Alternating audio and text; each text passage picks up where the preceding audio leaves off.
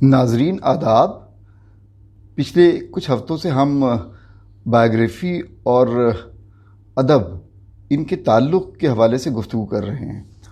آج کا ایپیسوڈ اسی سلسلے کی ایک کڑی ہے۔ آج ہم بات کر رہے ہیں ایک بہت مشہور کتاب جس کا ٹائٹل ہے rebel and Hare cause, rebel and Hare cause, اور یہ کتاب رخشندہ جلیل صاحبہ نے لکھی ہے جو کہ بہت مشہور رائٹر ہیں، کالمنسٹ ہیں۔ اس کتاب کا جو سب ٹائٹل ہے the life and work of Rashid جہاں، یہ جو سیریز ہوتی ہے the life and work of any writer, تو یہ انگریزی کے اندر بھی کافی رائج رہی ہے، اور میں نے بہت سی کتابیں اس طرح کی پڑھی ہیں جس میں پہلے تو کسی بھی مصنف کی بائیوگرافی بیان کی جاتی ہے، اور اس کے بعد اس کے تمام ورکس کو اس کی بائیوگرافی کی کبھی کبھی لائٹ میں یا الگ سے بھی ان کا مطالعہ کیا جاتا ہے۔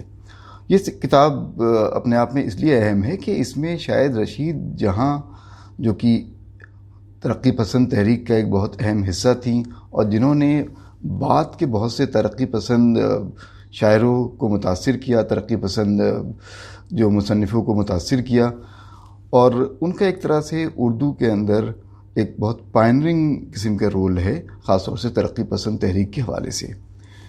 اس کتاب میں 4 چیپٹرز ہیں جو کہ ان کی حیات کے بارے میں ہیں، اور یہ 4 چیپٹرز ان کا اگر ہم ذکر کریں تو ان میں پہلا چیپٹر ہے رشیدہ ہر فادرز ڈاٹر، دوسرا رشید جہاں انگارے والی، تیسرا کامریڈ رشید جہاں، اور چوتھا رائٹر اینڈ ڈرامٹسٹ۔ اس سے پہلے کہ میں ان چیپٹرز پر آؤں، یہ بتاتا چلوں کہ یہ کتاب ہے، اس کے اندر ایک بہت خوبصورت سا فورورڈ بھی لکھا ہوا ہے، ایک دیباچہ بھی لکھا ہوا ہے، اور اس کو سلمان حیدر صاحب نے لکھا ہے جو کہ ہندوستان کے فارن سیکریٹری تھے اور جن کا تعلق رشید جہاں سے رہا ہے، یعنی کہ رشید جہاں ان کی بڑی خالہ تھیں۔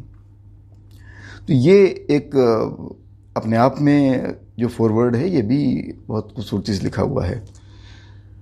جب کتاب کے بارے میں بات کرتے ہیں، اور جس کے 2 حصے ہیں، لائف اینڈ ورکس، اور جس کے لائف والے حصے میں یہ 4 چیپٹر شامل ہیں جس کا میں نے ابھی ذکر کیا، اور دوسرے کتاب کے حصے میں رشید جہاں کی کہانیاں اور رشید جہاں کے ڈرامے انگریزی میں ترجمے ان کا ہے، یعنی کہ جو ان کے بہت سے جو نمایاں کہانیاں ہیں یا ان کے جو بہت سے پلیز ہیں، بدقسمتی سے ان کے بہت سے پلیز یا بہت سی کہانیاں کھو گئی ہیں، یعنی کہ انہوں نے جو کام کیا اس کا بہت سی چیزوں کا ریکارڈ نہیں ملتا ہے، لیکن کیونکہ بہت سے کراس ریفرنسز سے ان سب چیزوں کا پتہ چل جاتا ہے، تو اس لیے یہ اندازہ لگانا مشکل نہیں ہے کہ انہوں نے اور چیزیں کیا لکھیں۔ بدقسمتی سے ہم اس کو نہیں پڑھ پائیں، یہ الگ بات ہے۔ اب کسی بھی بائیوگرافی میں، اور کیونکہ یہ ایک رشید جہاں کی بائیوگرافی ہے بنیادی طور پر، کسی بھی بائیوگرافی میں بہت امپورٹنٹ چیز یہ ہوتی ہے کہ رائٹرز نے کون سے سورسز کو یوز کیا ہے، اور اس میں ظاہر ہے ایسے بہت سے سورسز کو یوز کیا گیا ہے جس کا ابھی تک استعمال نہیں کیا گیا تھا۔ کسی بھی بائیوگرافی میں جو کہ خاص طور سے ایک خاص تاریخ کے دور میں لکھی گئی ہو، تو اس میں ایک تاریخ کی بھی ایک بہت اچھی آمیزش ہوتی ہے، اور جیسے کہ ہم نے پچھلے ایپیسوڈز میں بھی دیکھا ہے کہ کسی بھی بائیوگرافی میں تاریخ اور ادب کی خوبصورت آمیزش اپنے آپ میں اس بائیوگرافی کو، اس سوانح حیات کو خوبصورت بنا سکتی ہے، تو وہ اس کتاب کی بھی یہ خوبی ہے۔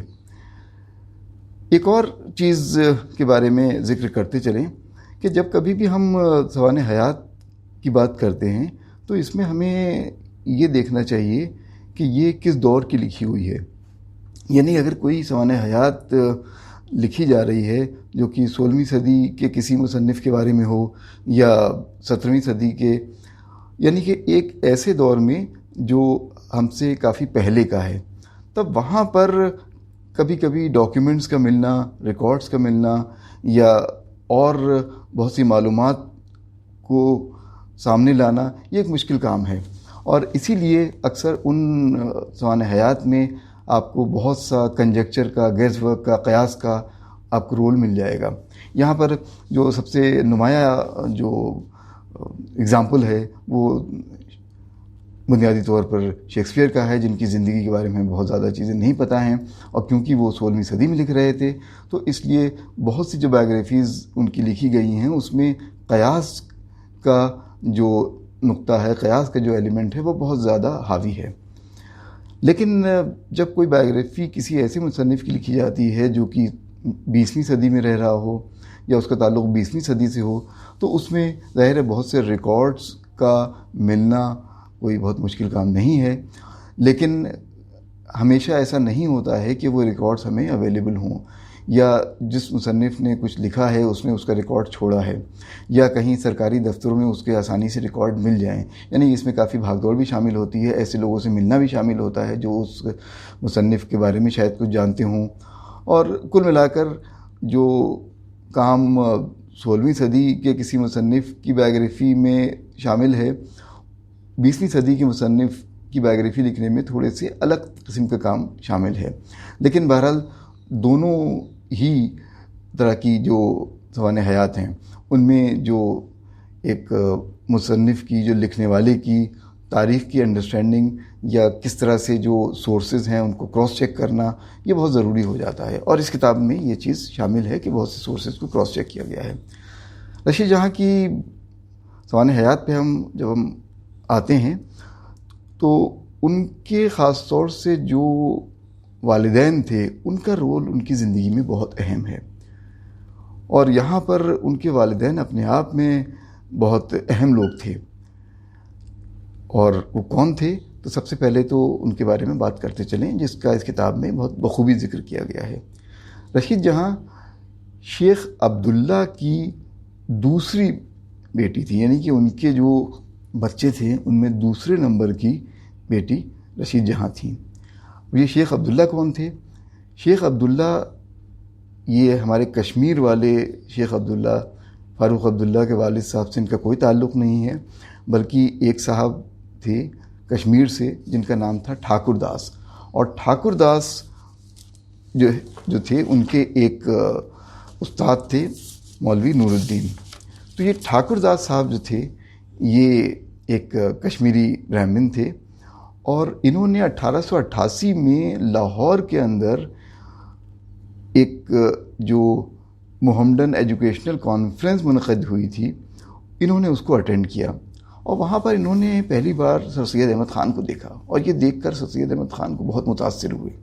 وہاں پر کچھ اور لوگ بھی موجود تھے، ڈپٹی نذیر احمد بھی موجود تھے جو کہ اس وقت کے بہت بڑے رائٹر تھے۔ تو یہ جب سر سید سے ملے اور سر سید کو انہوں نے دیکھا تو یہ اتنے متاثر ہوئے کہ انہوں نے کچھ کرنے کی ٹھانی۔ اس کے بعد کچھ سال کے بعد، یعنی 3 سال کے ہی بعد، یہ اسلام قبول کرتے ہیں، اور سر سید کے انفلوئنس میں نہیں بلکہ مولوی نور الدین کے انفلوئنس میں جو ان کے استاد تھے۔ لیکن اس وقت کا جو ان کا اسلام تھا اس کو آپ کہیں گے کہ وہ قادیانی اسلام تھا، یعنی کہ وہ قادیانی ہوئے تھے۔ پھر کچھ عرصے کے بعد وہ ایک سنی مسلمان ہوئے۔ یہ علی گڑھ تشریف لاتے ہیں، اور جب یہ علی گڑھ تشریف لاتے ہیں تو اس وقت جو علی گڑھ تحریک تھی تعلیم کے لیے، اس میں تمام طرح کی بہت سی بحثیں ہو رہی تھیں، بہت سی گفتگو ہو رہی تھی، بہت سی میٹنگز ہو رہی تھیں، اور ان تمام میٹنگ میں جو ایک چیز کم تھی، یعنی کہ جس چیز کی کمی کا احساس کیا جا سکتا ہے، حالانکہ وہ احساس آج کرنا آسان ہے لیکن اس وقت کا دور الگ تھا، وہ یہ تھا کہ کیا تعلیم نسواں کی طرف توجہ دی جا رہی ہے؟ نہیں۔ اور اس میں سر سید احمد خان نے اس کا ذکر ضرور کیا ہے، لیکن یہ سر سید احمد خان کی سوچ کا کوئی بہت مضبوط پہلو نہیں ہے۔ یعنی کہ ان کا یہ خیال تھا کہ پہلے جو مردوں کی تعلیم ہو اور اس کے بعد عورتوں کی تعلیم ہو، یعنی کہیں نہ کہیں عورتوں کی تعلیم شاید ان کے لیے ایک سیکنڈری اہمیت رکھتی تھی۔ لیکن یہ بات آج کے دور میں کرنا آسان ہے، اس وقت تعلیم اپنے آپ میں ایک بہت بڑا مسئلہ تھی، اور ظاہر سر سید کی بہت سی جو سوچ تھی، ان کی جو سوچ تھی اس کے اندر ایک پریگمیٹزم بھی تھا، ایک پریکٹیکل تھنکنگ والے وہ آدمی تھے۔ تو یہاں پر لیکن یہ ایک ان کی سوچ کا کوئی بہت مضبوط پہلو نہیں ہے. ایک ویمنس ایجوکیشن سیکشن ہوا کرتا تھا اس ایجوکیشنل کانفرنس کا، تو شیخ عبداللہ یعنی کہ جو پہلے ٹھاکر داس ہوا کرتے تھے یہ اس کے سیکریٹری بنے. اور اس کے بعد سب سے پہلی چیز یہ ہوئی کہ 1903 کا جو فنکشن ہوا تھا اس میں ایک بہت بڑی چیز یہ ہوئی کہ اس جو کانفرنس کو اس کو جو خواتین نے بھی اس کو اٹینڈ کیا. پھر شیخ عبداللہ کے دل میں یہ خیال آیا اور یہ ان کا نظم العین بن گیا کہ عورتوں کی تعلیم کو کیسے آگے بڑھایا جائے. اس سلسلے میں انہوں نے 1903 میں ایک رسالہ بھی نکالنا شروع کیا جس کا کی ٹائٹل ہی خاتون تھا، یعنی کہ وومن. اور پھر 1906 کے اندر ایک اسکول علی گڑھ زنانہ مدرسہ، چھوٹا سا اسکول یہ قائم ہوا، اور یہ علی گڑھ کے شہر میں ایک حصہ ہے اپر کوٹ، وہاں پر قائم ہوا. دھیرے دھیرے یہ اسکول ہی جو آج علی گڑھ کا بہت مشہور ویمنس کالج ہے، جو علی گڑھ مسلم یونیورسٹی کا حصہ ہے، یہ اسکول جو ہے اس کی بنیاد بنتا ہے جو آج کا ویمنس کالج ہے. اور آج علی گڑھ کا جو ویمنس کالج ہے اس کے جو اسٹوڈنٹس ہیں وہ تمام دنیا میں ہیں اور علی گڑھ کے ویمنس کالج کا نام روشن کر رہے ہیں. تو یہ جو دور تھا تعلیم نسواں کے بارے میں گفتگو کا، اس کے بارے میں بحث کا، یہ اس دور میں رشید جہاں کی پیدائش ہوتی ہے. یعنی کہ عبداللہ کالج کی شروعات، یعنی کہ اسکول کی شروعات اور رشید جہاں کی پیدائش، یہ دونوں تقریباً ساتھ ساتھ چل رہے ہیں. رشید جہاں پیدا ہوتی ہیں 1905 میں اور یہ مدرسہ قائم ہوتا ہے 1906 میں، جو کہ آج ایک بہت بڑا کالج ہے. پھر بعد میں یہ مدرسہ علی گڑھ کے جو بہت مشہور علاقہ ہے، بہت ہی ایلیٹ علاقہ ہے، میرس روڈ، وہاں پر یہ قائم کیا جاتا ہے. یعنی کہ وہاں سے شفٹ ہوتا ہے اوور کوٹ سے، اور دھیرے دھیرے اس کی بلڈنگ جو ہے بڑھتی رہتی ہیں. اور ایک یہ بھی قصہ ہے کہ جو شیخ عبداللہ واک کرنے کے لیے جاتے تھے ان کو ایک بہت بڑا سا ان کو باغ نظر آتا تھا. ان کی خواہش تھی کہ یہ ویمنس کالج کا حصہ بنے، پھر بعد میں انہوں نے اس کو خرید بھی لیا اور ویمنس کالج کا وہ حصہ بنا. تو آج ویمنس کالج ایک بہت بڑا سا کالج ہے. ان کی جو بچوں میں کچھ لڑکیاں ان کی جنہوں نے بہت نام کمایا، اس میں ظاہر ہے رشید جہاں جو کہ دوسرے نمبر پہ تھیں. اس کے علاوہ خورشید مرزا جو کہ بعد میں رینیکوا دیوی کے نام سے مشہور ہوئی ہیں، جنہوں نے ہندوستانی فلموں میں کام کیا اور جنہوں نے پاکستان میں جا کر پھر بہت سے ٹیلی ویژن سیریلز میں بھی کام کیا. اس کے علاوہ ان کی اور جو بیٹیاں تھیں وہ ممتاز جہاں اور خاتون جہاں، جو کہ بعد میں ویمنس کالج کی پرنسپل بنی، بہت مشہور، ممتاز آپا بہت مشہور رہی ہیں. رشید جہاں نے اپنی جو ابتدائی تعلیم تھی وہ وہیں علی گڑھ میں ہی اسی اسکول میں حاصل کی. لیکن جو گھر کا جو ماحول تھا کہ جہاں ہر وقت ذکر ہو رہا ہے تعلیم نسواں کا، جہاں ہر وقت ذکر ہو رہا ہے جو بہت سے ایشوز کا، اور جو ان کی جو ٹیوٹر بھی تھیں، جو ان کو پڑھانے والی بھی تھیں، ان کی استانی تھیں، وہ بھی ذکر کرتی تھیں ہندوستان کی آزادی کا یا ہوم رول کا یا پارٹیشن آف بنگال کا جو کہ اس وقت نیا نیا تھا. یہ ساری چیزیں انہوں نے بچپن میں سنی. یعنی کہ جو ہندوستان کی تاریخ اس وقت جو واقع ہو رہی تھی، چاہے وہ پارٹیشن آف بنگال ہو یا بعد میں نان کوآپریشن موومنٹ ہو یا جو تمام دوسرے بڑے بڑے واقعات ہوں یا جو عورتوں کے بارے میں جو ڈسکشن ہو، تو یہ ساری چیزیں وہ گھر پر سن رہی تھیں. تو آدمی جو ظاہر ہے جو گھر پر جو ماحول ہوتا ہے اس سے بہت سی چیزیں سیکھتا ہے.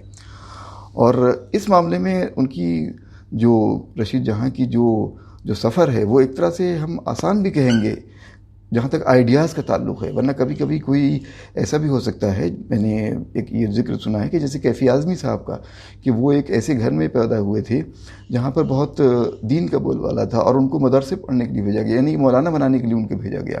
لیکن وہ اس جگہ سے واپس آ کر وہ ایک لیفٹسٹ ایک تھنکر بنتے ہیں اور پروگریسو شاعر بنتے ہیں.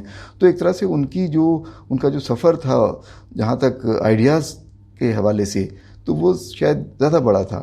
لیکن رشید جہاں جس جگہ پیدا ہوئیں، جس گھر میں پیدا ہوئیں اور جہاں پر تمام لبرل ایٹماسفیئر تھا، تو وہاں پر انہوں نے بھی ایک خاص قسم کی سوچ پائی.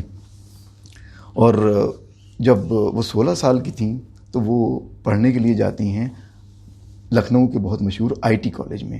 اب یہ آئی ٹی کالج آپ جانتے ہیں یہ بہت مشہور ہے، اور اس کالج سے بہت بڑے بڑے لوگ نکلے ہیں. قرۃ العین حیدر نے یہاں پر پڑھا ہے، بعد میں عصمت چغتائی نے بعد میں یہاں پڑھا ہے. اس میں عطیہ حسین جو کہ انگریزی کی بہت مشہور مصنفہ رہی ہیں، جن کا novel sunlight on a broken column ہم لوگ سب پڑھتے آئے ہیں، وہ بھی یہاں کی طالب علم رہی تھیں. تو یہ جو رشید جہاں کا جو دوسرا انفلوئنس ہے وہ یہ ہے کہ آئی ٹی کالج لکھنؤ وہاں پر تعلیم حاصل کرتی ہیں، اور یہاں پر وہ ڈکنس کو پڑھتی ہیں، یہاں پر وہ کیٹس کو پڑھتی ہیں، یہاں پر وہ پھر انگریزی ادب کے بہت جو نمایاں جو مصنف ہیں ان کو پڑھتی ہیں، ہارڈی کو پڑھتی ہیں. پھر ورلڈ لٹریچر سے وہ روبرو ہوتی ہیں، ٹالسٹائے کو، پشکن کو، بالزک کو.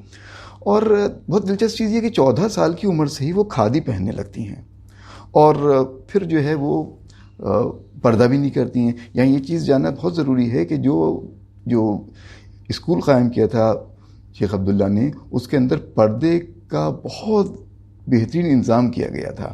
یعنی کہ یہ اس وقت کا دور تھا جب بہت سے والدین اپنے بچیوں کو پڑھنے کے لیے نہیں بھیجیں گے اگر پردے کا انتظام نہیں ہوتا. لیکن رشید جہاں نے بہت جلدی ہی پردے کو الوداع کہہ دیا تھا. انہوں نے پردہ فالو نہیں کرتی تھی لکھنؤ میں. لکھنؤ کے ایک الگ طرح کا ماحول تھا، وہاں پر گھومنا، وہاں پر لوگوں سے ملنا، وہاں کا جو کلچر، وہاں کی تہذیب، وہاں کا جو مزاج، اور وہاں پر جو خاص طور سے جو حضرت گنج میں گھومنا اور بہت سے دوستوں سے ملنا. تو ظاہر ہے وہ جو علی گڑھ ایک چھوٹا شہر تھا، ایک اس کا قصباتی نیچر تھا، اور لکھنؤ ایک اس کے حساب سے نسبتاً بڑا شہر تھا جہاں کا ماحول مختلف تھا. اور رشید جہاں کے اوپر یہ انفلوئنس جو ہے بہت اہم تھا، اور رخشندہ جلیل صاحبہ اس انفلوئنس کو بخوبی بیان کرتی ہیں. اور یہاں سے تعلیم حاصل کرنے کے بعد ان کا جو اگلا سلسلہ ہے، اگلا جو پڑاؤ ہے، وہ ہے لیڈی ہارڈنگ میڈیکل کالج دلی. تو یہاں پر یہ 1924 میں رشید جہاں تشریف لاتی ہیں. لیکن جو بدقسمتی ہے وہ یہ ہے کہ یہ جو دور ہے جو قریب 5 سال کا لیڈی ہارڈنگ میڈیکل کالج میں جو انہوں نے گزارے، اس دور کے بارے میں بہت سی معلومات نہیں ملتی ہے.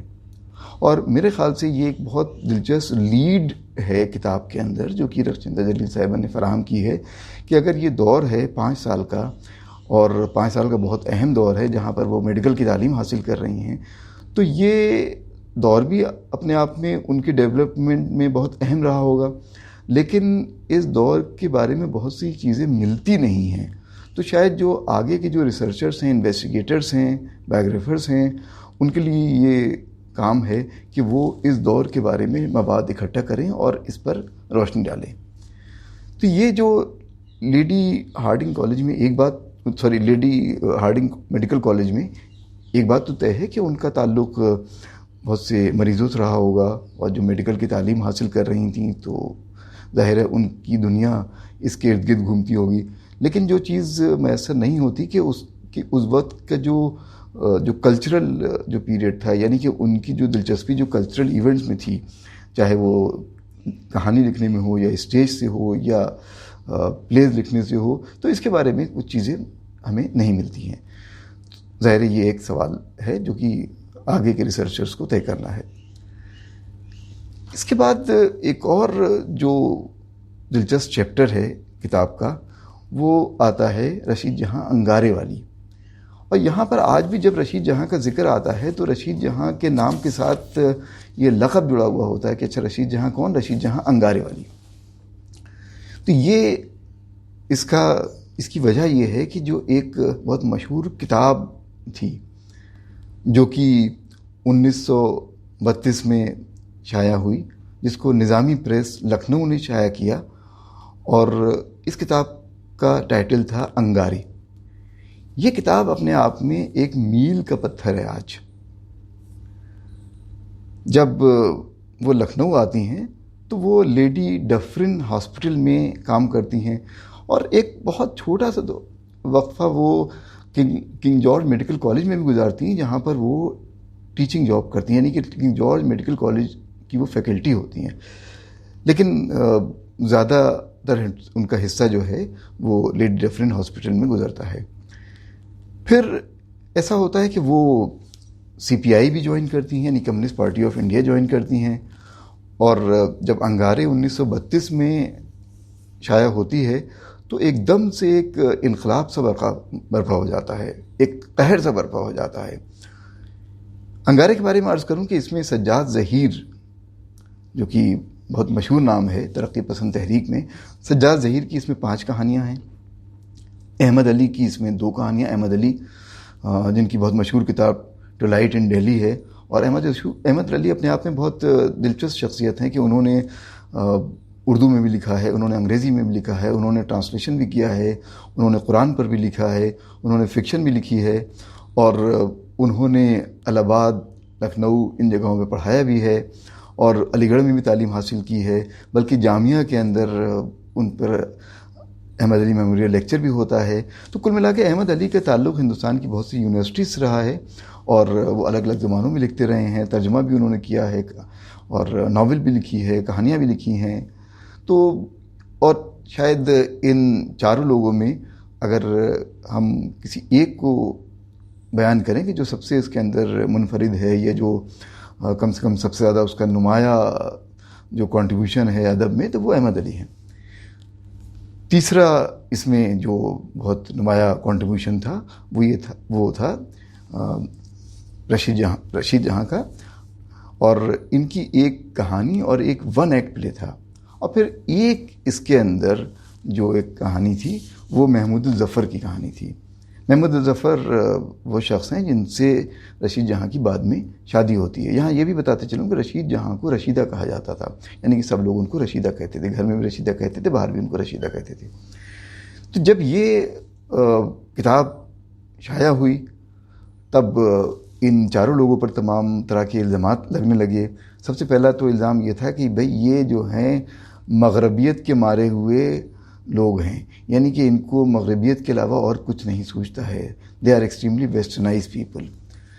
اس سلسلے میں ایک دلچسپ اس وقت کا ایک واقعہ ہے کہ ایک صاحب تھے ملا شہدامی نے ایک کتاب لکھی، اور وہ کتاب ایک طرح سے انگارے کے جواب میں لکھی گئی تھی، بہت خراب سی کتاب تھی، اور ملا شہدامی کی کتاب کا ٹائٹل تھا آگ کھائیں، یعنی کہ انگارے، اور اس سے انہوں نے نکالا آگ کھائیں۔ اس سے آپ کو اندازہ لگا سکتا ہے کہ کس طرح کی ہاسٹیلٹی تھی فیس کی گئی تھی، کس طرح کی جو ہے ایک جو بیڈ ایئر وہاں پر تھی۔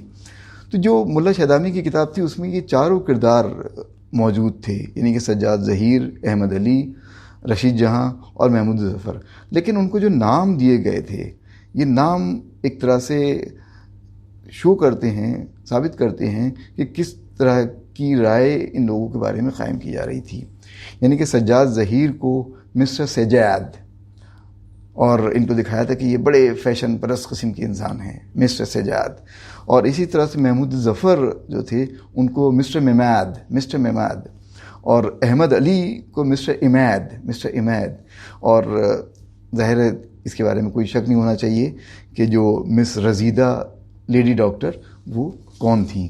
تو یہ جو کتاب تھی انگارے، اس نے بہت بیکلیش بھی اس کی وجہ سے فیس کیا، اور تمام طرح کے جو فقرے کسے جاتے تھے لکھنے والوں پر، باتیں کہی جاتی تھیں، اور ان کے بارے میں بہت خراب سی گفتگو کی جاتی تھی۔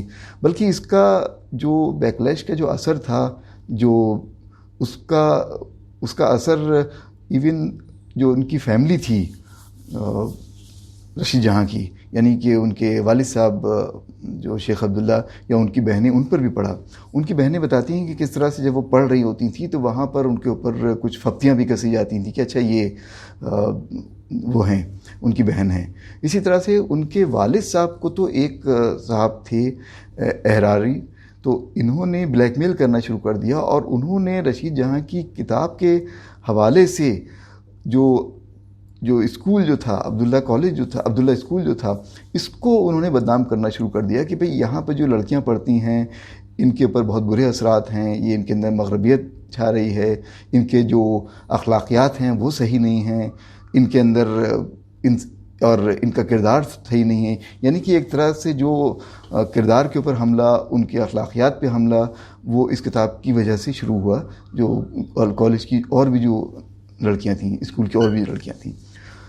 یہاں پر لیکن احراری جو تھے وہ ایک طرح سے بلیک میلر تھے، اور وہ بلیک میل کرنا چاہتے شیخ عبداللہ کو، لیکن یہ شیخ عبداللہ کی شخصیت کی خوبی تھی کہ انہوں نے بلیک میل ہونے سے منع کیا، بلکہ انہوں نے ان کے اوپر ایک ڈیفیمیشن کا کیس بھی کیا، اور اس کا فیصلہ بھی ان کے حق میں ہوا.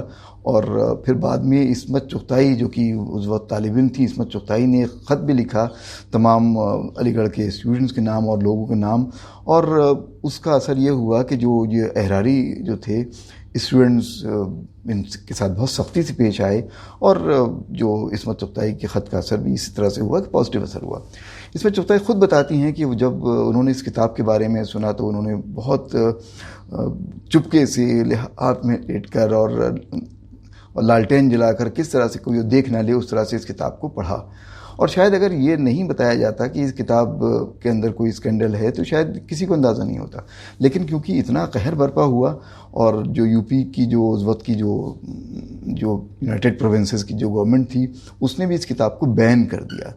اب جب کوئی کتاب بین ہو جاتی ہے تو شاید وہ زیادہ مشہور ہو جاتی ہے. اور آج کی ڈیٹ میں جب بھی ہم کتاب کے بارے میں سوچتے ہیں، رشید جہاں جس سے جڑی ہوئی ہیں، تو انگارے ایک اسکینڈلس کتاب ہم یہ سنتے ہیں، اور یہ کتاب بین ہوئی تھی یہ سنتے ہیں، اور ساتھ ہی ساتھ ہم یہ بھی اس کتاب سے کچھ اور چیزیں جوڑتے ہیں. وہ یہ ہے کہ یہ کتاب ترقی پسند تحریک کا ایک بہت مشہور ڈاکیومنٹ ہے، بہت اہم دور کو بیان کرتا ہے. یعنی کہ یہ جو کتاب تھی انگارے، یہ اپنے آپ میں ایک واقعہ بھی تھا. یعنی کہ یہ صرف کتاب نہیں تھی، شاید اس کی ادبی حیثیت اتنی نہ ہو، اور اس کی کہانیاں جو ہیں شاید ان کی ادبی حیثیت اتنی نہ ہو، لیکن جو کتاب ایک واقعہ بنی کہ جو اس سے جڑے ہوئے دور کا، وہ آج کی ڈیٹ میں، آج کی تاریخ میں بہت اہم ہے.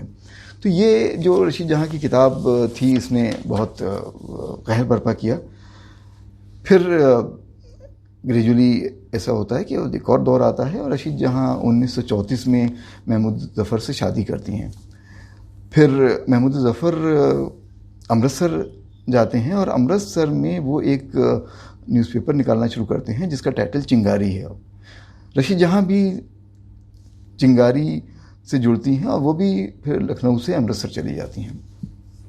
امرتسر اور لاہور جو کہ دونوں بہت نزدیک ہیں ایک دوسرے سے، اور امرتسر کا ایک خاص کلچر رہا ہے، لاہور کا ایک خاص کلچر رہا ہے. آپ جانتے ہیں کہ امرتسر میں منٹو نے اپنا وقت گزارا تھا، ہم نے پچھلے ایپیسوڈ میں اس کے بارے میں بات کی تھی. امرتسر کے اندر تمام دوسرے بہت سے مصنف رہتے تھے. اور یہاں پر جو سب سے دلچسپ چیز یہ ہے کہ جب چنگاری کو انہوں نے سے جڑنا شروع کیا اور اس نے لکھنا شروع کیا، تو اس سے بھی ایک نئے دور کا آغاز ہوتا ہے. اور یہاں پر فیض احمد فیض جو کہ ترقی پسند تحریک کے شاید سب سے بڑے شاعر ہیں، وہ بھی رشید جہاں سے اور محمود ظفر سے یا سجاد ظہیر سے، ان سب لوگوں سے جڑتے ہیں. بلکہ فیض احمد فیض کو جو یہ مارکسسٹ آئیڈیاز ہیں اس سے انٹروڈیوس ہی اس گروپ نے کرایا. اور 1935 کے اندر جو PWA کا یعنی پروگریسو رائٹرز ایسوسیشن کا، آل انڈیا پروگریسو رائٹرز ایسوسیشن کا مینیفیسٹو سجاد ظہیر لکھتے ہیں، اور وہ بہت سے دوسرے لوگوں کو بھیجتے ہیں. پھر 1936 کے اندر ایک بہت مشہور کانفرنس ہوتی ہے لکھنؤ کے اندر، جس کانفرنس کی صدارت پریم چند کرتے ہیں. انہوں نے اس وقت ایک بہت مشہور خطبہ بھی دیا جہاں پر انہوں نے یہ بات کی کہ کس طرح سے ادب کو جو خوبصورتی کا جو معیار ہے اس کو بدلنے کی ضرورت ہے. اور آج بھی یہ جو پریم چند کا جو ایڈریس ہے، جو ان کا خطبہ ہے، یہ بہت مشہور ہے. اور اس میں ادب کے بارے میں ایک خاص طرح کا تصور سامنے آتا ہے، یعنی کہ ادب کو کیسے زندگی سے جوڑا جائے، ادب کس طرح سے ایک کرٹیسزم آف لائف ہو. تو یہ جو ادب زندگی کا ایک بہت مشہور، ادب زندگی کا ایک حصہ ہو، یہ فیض کی بھی شاعری کا ایک اہم حصہ ہے، اور یہ ترقی پسند تحریک کا ایک اہم حصہ ہے. اور رشید جہاں کی ساری کہانیوں میں یہ چیز ملتی ہے کہ کیسے ادب جو ہے ترقی پسند تحریک کا بہت بڑا اہم حصہ ہے. ایک اور بہت جو کتاب کو دلچسپ بناتی ہے وہ یہ ہے کہ جو محمود ظفر کا جو تعلق تھا رشید جہاں سے، وہ کس طرح کا تھا. محمود ظفر دیکھیے وہ انگلینڈ میں پڑھ کر آئے تھے، انہوں نے 14-15 سال انگلینڈ میں گزار دیے تھے، بالکل ویسٹرنائز تھے اس میں. لیکن انہوں نے آ کر کھادی پہننا شروع کر دیا تھا، جو کہ ہندوستان کی جو آزادی کی تحریک تھے اس سے بہت جڑے ہوئے تھے. گاندھی جی سے ان کی بہت عقیدت تھی، اور خاص طور سے جو لیفٹسٹ آئیڈیاز سے وہ اس سے جو جڑے ہوئے تھے. لیکن یہ اپنے آپ میں ٹرانسفارمیشن بہت آسان نہیں ہے کہ ایک آدمی جو باہر رہا ہو اور جس کو اردو نہیں آتی ہو، بلکہ ان کو بہت ہی رشک ہوتا تھا کہ ان کے بہت سے ساتھ کے لوگ اردو جانتے تھے. تو محمود ظفر نے بعد میں اردو سیکھنا شروع کی، اور اردو پڑھنا اور اردو بولنا اور اردو کا اپنا تلفظ ٹھیک کرنا، یہ ساری چیزیں انہوں نے بہت کوشش کے بعد طے کی. تو یہ جو بلکہ کتاب میں بھی جو ان کا کنٹریبیوشن ہے محمود ظفر کا، بلکہ یہ سمجھا جاتا ہے کہ شاید یہ بعد میں آیا، کیونکہ محمود ظفر اردو نہیں لکھتے تھے. لیکن جو ان کی جو رشید جہاں سے جو رشتہ تھا وہ بہت اپنے آپ میں دلچسپ تھا. محمود ظفر صرف اپنے جو خیالات سے ہی کمیونسٹ نہیں تھے، بلکہ وہ اپنی پریکٹس میں بھی یعنی کہ ان کے قول و فعل کے اندر کوئی بہت زیادہ فرق نہیں تھا. اور انہوں نے بلکہ اپنی جو بہت سی اینسیسٹرل پراپرٹی تھی، ان کی جو ایک بہت سی زمین تھی، وہ بھی انہوں نے غریبوں کو ڈسٹریبیوٹ کر دی تھی. اور دونوں کی شخصیت بہت الگ الگ تھیں. رشید جہاں بہت ہی جو کہہ سکتے ہیں کہ بالکل آرگنائز نہیں تھیں، ان کے چیزیں کہاں پر ہیں وہ چیزیں بھول جاتی تھیں، چیزیں کہاں رکھنا ہے، اور کوئی ان کی زندگی میں اس طرح کا آرڈر نہیں تھا. دوسری طرف محمود ظفر بہت آرگنائز تھے، انہیں ہر چیز پتہ ہوتی تھی کہاں ہے، اور ان کو سب چیزیں یاد بھی رہتی تھیں. جو چھوٹی چھوٹی جو ڈیٹیلز تھیں اس کے بارے میں بھی ان کو پتہ رہتا تھا. لیکن دونوں کا تعلق تھا وہ بہت گہرا تھا. ایک بہت دلچسپ واقعہ ہے کتاب میں کہ جو رشید جہاں نے جو شادی کا جوڑا پہنا تھا وہ سفید رنگ کا تھا. یعنی کہ جو جوڑا جو ہے جو دلہن کا ہوتا ہے ہندوستان کے اندر عام طور سے لال ہوتا ہے یا گلابی ہوتا ہے، تو یہ سفید جوڑا پہننے کی شاید وجہ یہ تھی کہ لوگوں کو شوق کرنا. یعنی کہ وہ بہت سی جو روایات تھیں، رسومات تھیں، جو بہت سی ٹریڈیشنز تھیں، شاید وہ ان کی قائل نہیں تھیں، اور اس میں سے شاید ایک یہ بھی تھی. اور جو ان کا جہاں تک جو پرسنل اپیرنس تھا وہ کھادی پہنتی تھیں، بہت سادے کپڑے پہنتی تھیں، اکثر ساڑی سادی سی ہوتی تھی، اور انہی سادے کپڑوں میں وہ رہتی تھیں، اور انہی سادے کپڑوں میں لوگوں سے ملتی تھیں. بلکہ ایک مشہور واقعہ ہے کہ وہ کیونکہ اپٹا سے بھی جڑی ہوئی تھی، انڈین پیپل تھیٹر ایسوسیشن، تو وہاں پر انہوں نے ایک بار دیکھا کہ جو بہت سی اپٹا کے آرٹسٹ کی جو ڈریسز تھیں، جو ان کے جو لباس تھے وہ بہت پرانے سے تھے، بہت خراب سے تھے. تو انہوں نے پھر اپنی جو ساری ڈریسز تھیں بہت جو مہنگی بھی تھیں، خوبصورت بھی تھیں، لیکن وہ اس کا استعمال نہیں کرتی تھیں زیادہ، انہوں نے وہ ان آرٹسٹ کو ساری دی تھیں تاکہ وہ آرٹسٹ ان کا استعمال کر سکیں. ان کی جو زندگی کا ایک اور بہت اہم حصہ ہے کہ جو محمود ظفر جو ہیں وہ جواہر لال نہرو کے جو پرسنل سیکریٹری بن گئے تھے، اور جواہر لال نہرو کے آس پاس ایک جو لیفٹسٹ کا جو ایک گروپ تھا اس میں ایک وہ بھی تھے، اور اس میں بلکہ اس وقت کی کانگریس میں آپ کو دونوں ہی ایلیمنٹ مل جائیں گے. ایک طرف تو بہت سے رائٹسٹ تھے اور ایک طرف بہت سے لیفٹسٹ تھے. تو ان لیفٹسٹ میں ایک بہت اہم نام محمود ظفر کا تھا، جو کہ رشید جہاں کے شوہر تھے، اور کچھ عرصے رشید جہاں بھی کانگریس کا حصہ رہیں. لیکن شاید یہ تھوڑے دنوں کا ہی دور تھا، اس کے بعد وہ سی پی آئی میں رہتی ہیں. لیکن جو چیز اہم ہے وہ یہ ہے کہ نہرو بعد میں تھوڑے سے جو لیفٹسٹ جو تھے سی پی آئی لوگ تھے، ان سے نہرو کافی جو ہے وہ دل برداشتہ بھی ہوئے تھے، اور انہوں نے اس کے بارے میں اس کا ذکر بھی کیا ہے. پھر رشید جہاں کی بدقسمتی سے طبیعت خراب ہو جاتی ہے، اور 1942 کے بعد سے جو دور ہے وہ ان کا ایکچولی ان کو بہت سی تندرستی کے اپنے حوالے سے ان کو بہت سی پریشانیوں کا سامنا کرنا پڑا، اور بعد میں وہ کینسر کی گرفت میں آ جاتی ہیں اور یہاں پر اس کا علاج کراتی ہیں. لیکن بعد میں پھر اس علاج کے لیے ان کو ماسکو جانا پڑتا ہے، اور رشید ظفر ان کے ساتھ میں جاتے ہیں. تو ماسکو کے اندر رشید ظفر گھومتے ہیں، اور بلکہ یہ بھی ہے کہ وہ جو آدمی انگلینڈ سے آیا ہو جو وہاں پر، لیکن وہ ماسکو کو اتنا پسند کرتا ہے کہ وہ وہاں پر بہت خوش رہتا ہے. رشید جہاں کی جو کینسر سے موت ہوتی ہے وہ 29 جولائی 1952 کی ہوتی ہے، یعنی کہ انہوں نے بہت چھوٹی زندگی پائی ہے، 47 سال کی. اب اگر ہم رشید جہاں کی جو چوتھا چیپٹر ہے اس کتاب کا، جس کو ہم اس میں ہے رائٹر اینڈ ڈرامٹسٹ، یعنی کہ ایک مصنف کے طور پر، ایک ڈرامہ نگار کے طور پر، تو اس میں جو رخشندہ جلیل نے جو اس کے اندر سلیکشن ہے، اس کے اندر انہوں نے ان کے افسانوں کا اور ون ایکٹ پلیز کا ترجمہ اس میں کیا ہے. جو ان کی کہانیاں ہیں اس کے بارے میں جو چیز ہے وہ یہ ہے کہ قریب انہوں نے 20-25 کہانیاں 25-30 کہانیاں انہوں نے لکھی ہوں گی، اب اسی طرح سے 15-20 پلیز، لیکن سارے وہ نہیں ملتے ہیں. اور ان کہانیوں کو اگر ہم انالائز کریں، اور اس کتاب میں لٹریری کرٹیسزم تو میں نہیں کہوں گا، لیکن ان کتاب کے بارے میں چھوٹے چھوٹے دلچسپ اور بہت اچھے کمنٹس ضرور شامل ہیں. تو ان کی کہانیوں اور پلیز میں 3 بہت اہم ایلیمنٹ ہیں. ایک تو جو بہت اہم ایلیمنٹ یہ ہے کہ جو وہ ڈاکٹر تھیں، اور ڈاکٹر ہونے کے ناطے ان کا مریضوں سے، بیماریوں سے، غریبوں سے، ان سب سے جو ان کا تعلق ہوتا تھا، تو ان کی کہانیوں کے اندر یہ ساری امیجز، یہ سارے کردار موجود ہیں. ان کہانیوں کے اندر بہت سے کردار مریض ہیں، ان کہانیوں میں بہت سی جگہ بیماریوں کا ذکر ہے، ان کہانیوں میں اسپتال کا ذکر ہے، اور اسی طرح سے ان کہانیوں کے اندر جو امیجری ہے وہ بھی ان چیزوں کی ہے.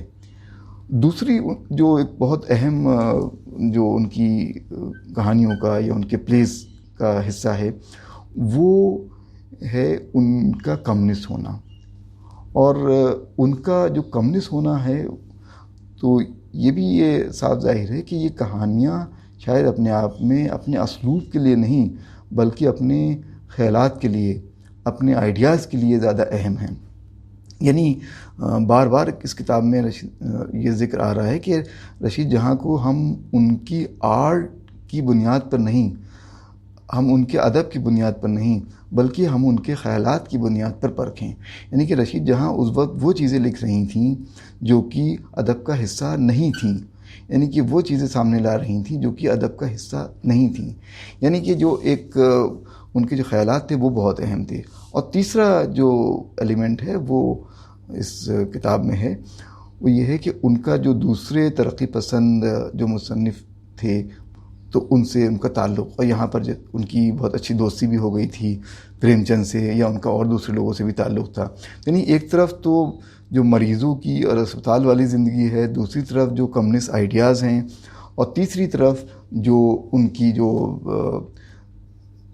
جو لبرل سوچ ہے، اور اس لبرل سوچ کی وجہ سے جو ان کے دوسرے بہت سے جو رائٹرز ہیں، جو مصنفین ہیں، ان سے ان کا تعلق. یہ تینوں چیزیں ان کی کتاب، اس رخشندہ جلیل صاحبہ کی کتاب کے اندر شامل ہیں. اگر ہم 1-2 کہانیوں کا ذکر کریں، جیسے بہت چھوٹی چھوٹی کہانیاں ہیں اکثر، جیسے جو کہ ایک کہانی دلی کی سیر، وہ اس میں بھی شامل ہے انگارے میں. اس میں بہت سمپل سی کہانی ہے کہ ایک خاتون جو ہیں فرید آباد سے آتی ہیں دلی، پردے میں ہیں، ان کے شوہر ان کو اسٹیشن پر کھڑا کرتے ہیں، اور اسی بیچ میں وہ اسٹیشن ماسٹر سے یا کسی سے ان کی ملاقات ہوتی ہے، اور یہ خاتون اکیلی بہت ہی سہمی ہوئی، بہت ڈری ہوئی، اور بہت ان کو بھوک بھی لگ رہی ہے، یہ اسٹیشن پر کھڑی ہیں. لیکن جب یہ وہاں فرید آباد جاتی ہیں تو ان کے گھر پر ایک جمگھٹ لگ جاتا ہے. عورتیں سب ان کے گھر پہ آتی رہتی ہیں کہ بھئی ہمیں اپنے سفر کا قصہ سناؤ. اچھا تم دلی گئی تھی، دلی سے آ رہی ہو، اپنے سفر کا قصہ سناؤ. اور وہ سفر کا قصہ سناتی ہیں، بار بار سناتی ہیں. تو یہ جو ہے کہ ایک عورت کی زندگی ہے، اس کے لیے صرف سفر کرنا ہی ایک اپنے آپ میں ایک بہت بڑا اچیومنٹ ہے. اور پھر اس قصے کو وہ بیان کرتی ہیں، اور لوگ اس کو سننے کے لیے تیار ہیں. تو اس کتاب میں اس اسٹوری میں ایک بہت ہی مضبوط ایک فیمنسٹ اینگل ہے. اور تو یہ بلکہ مجھے ایک کہانی کیٹ چوپن کی کہانی یاد آئی. کیٹ چوپن جو کہ امریکن رائٹر تھیں، فیمنسٹ رائٹر تھیں، بلکہ فیمنسٹ رائٹر ان کو بعد میں ڈسکور کیا گیا. اسی طرح سے اگر ایک اور کہانی دیکھیں ہم، وہ کے اندر جو ایک کردار ہے ایک عورت کا، جو کہ شاید سفلس کی وجہ سے اس کا جسم خراب ہو رہا ہے، یا جو بہت سی جو وینرل ڈیزیزز ہو سکتی ہیں، اس کی وجہ سے اس کا جسم سڑ رہا ہے، اور اس سے ہر ایک نفرت کرتا ہے، ہر ایک اس سے گھن کھاتا ہے.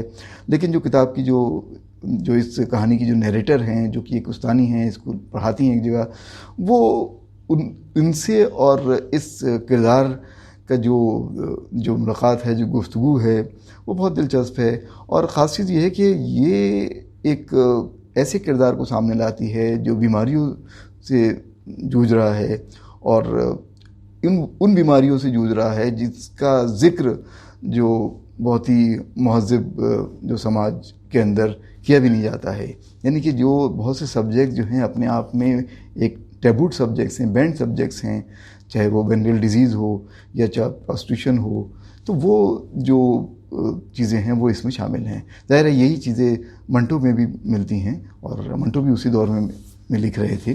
ان کی بھی کچھ کہانیوں کی یاد آتی ہے جب ہم اس کہانی کو پڑھتے ہیں. اور بہت سی کہانیاں ہیں اس میں اور بہت سے ون ایکٹ پلیز ہیں. ظاہر ہے آپ اس کو اپنے طور پر پڑھ سکتے ہیں. ایک اور جو آخر میں اس کتاب کے بارے میں بتاؤں کہ جو کتاب میں جو سورسز استعمال کیے گئے ہیں وہ اپنے آپ میں بہت اچھے ہیں. اور اس میں ایک تو جو بہت سے انٹرویوز شامل ہیں, اور وہ انٹرویوز انہوں نے الگ الگ لوگوں سے لیے ہیں, چاہے وہ انٹرویو زاہدہ زیدی صاحبہ ہوں یا شہریار صاحب ہوں یا منیب الرحمان صاحب ہوں. لیکن کچھ ایسے لوگ بھی شامل ہیں جو بہت اہم ہیں جن کی بات چیت کا استعمال کیا گیا ہے. اسی طرح سے بہت سی کتابوں کو بھی اس میں ذکر ہے. تو اس میں کچھ کا ذکر کروں گا, جیسے حمیدہ سعید الظفر جو کہ ایک آنکھوں کی ڈاکٹر تھیں. انہوں نے 1974 میں ان کی کتاب آئی تھی شعلہ جوالہ, تو ان کا بہت گہرا تعلق تھا رشید جہاں سے, تو انہوں نے اس کا ذکر کیا ہے. اسی طرح سے پریم وادہ گوپال کی کتاب جو ہے سیکس, ان کی کتاب کیا بلکہ ان کا جو ایک چیپٹر ہے جو انہوں نے رشید جہاں گارے پہ لکھا ہے, اور اس کے اندر وہ چیز اس کتاب میں وہ اس کو بار بار کوٹ کیا گیا ہے. شیخ عبداللہ جو کہ رشید جہاں کے والد صاحب تھے, ان کی جو تاثرات تھے یا ان کے مشاہدات تھے, ان کی جو میموائر تھا اس کا بھی استعمال کیا گیا. اسی طرح سے جو ان کی جو بہن تھیں خورشید مرزا, ان کو بار بار اس میں کوٹ کیا گیا ہے. سجاد ظہیر کی کتاب روشنائی جو کہ ان کی آٹوبایوگرافی تھی, اس سے بہت دلچسپ معلومات فراہم ہوتی ہے. اسی طرح سے سجاد ظہیر کی جو بیٹی نور ظہیر, انہوں نے بھی بہت سی چیزیں لکھی ہیں. ان کی کتاب کا بھی دلچسپ ٹائٹل ہے میرے حصے کی روشنائی. زہرہ سہگل جو کہ محمود الظفر سے جن کی منگنی ہوئی تھی, زہرہ سہگل جو کہ بہت مشہور آرٹسٹ رہی ہیں, ان کے معمار کے اندر بھی ان کا معمار کو اس طرح سے نہیں, لیکن وہ بھی ان کے بارے میں بھی اس کے اندر ڈسکشن ہے, خاص طور سے جو دوسرے لوگ کرتے ہیں. سروت جہاں جو کہ بہت مشہور ڈاکٹر تھیں اور جو دہرادون کے اندر جو رشید جہاں کی جو پڑوسی تھیں, ان کا انٹرویو بہت اہم ہے, ان سے بہت اچھی معلومات فراہم ہوتی ہے. اور محمود الظفر کی جو آٹوبایوگرافی تھی کویسٹ فار لائف, وہ بھی ایک امپورٹنٹ سورس ہے. اور انہوں نے انگارے کا جہاں ذکر کیا رخشندہ جلیل صاحبہ نے, وہ خالد الوی کا جو ورژن ہے, خالد الوی صاحب دہلی یونیورسٹی میں اردو کے پروفیسر رہے ہیں, بہت اچھے نقاد ہیں, تو ان کا جو ورژن تھا انگارے, اس کا استعمال کیا ہے اس میں. آخر میں یہ کہہ سکتا ہوں کہ رخشندہ جلیل صاحبہ کی انگریزی کی پروز ہمیشہ بہت اچھی ہوتی ہے. ان کی کتاب کو پڑھتے وقت بہت مزہ بھی آتا ہے, اور اس کے اندر جب ہم پڑھتے ہیں تو بہت دلچسپ معلومات بھی ملتی ہے. بلکہ اس میں میرے لیے بہت سی نئی چیزیں تھیں, اور میں اس کتاب کو دوبارہ بھی پڑھنا چاہوں گا. آپ بھی پڑھیں. شکریہ بہت بہت. ہم پھر ملتے ہیں اگلے ہفتے. ناظرین, آپ کو الوداع کہنے کے بعد مجھے 2-3 چیزیں یاد آئیں, تو اس کا ذکر کرتے چلیں ورنہ یہ بات ادھوری رہ جائے گی.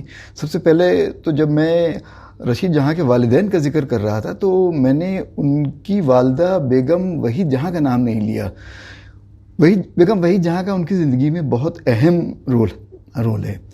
بیگم وحید جہاں کو علی گڑھ میں اعلیٰ بی کے نام سے بھی جانا جاتا ہے, اور جو ان کے شوہر شیخ عبداللہ تھے, جو ان کے تمام جو پلانز تھے طالب نسواں کے بارے میں, بیگم وحید جہاں اس میں پوری طور سے شامل تھیں. اور جس طرح سے جو لڑکیوں کی کیئر کرنا, ان کا خیال رکھنا, ان کو پڑھانا, ان کی ہر طرح سے ان کو پروٹیکٹ کرنا, یہ کام اعلیٰ بی نے بخوبی کیا, اور علی گڑھ میں اعلیٰ بی کی ایک آئیکونک حیثیت ہے.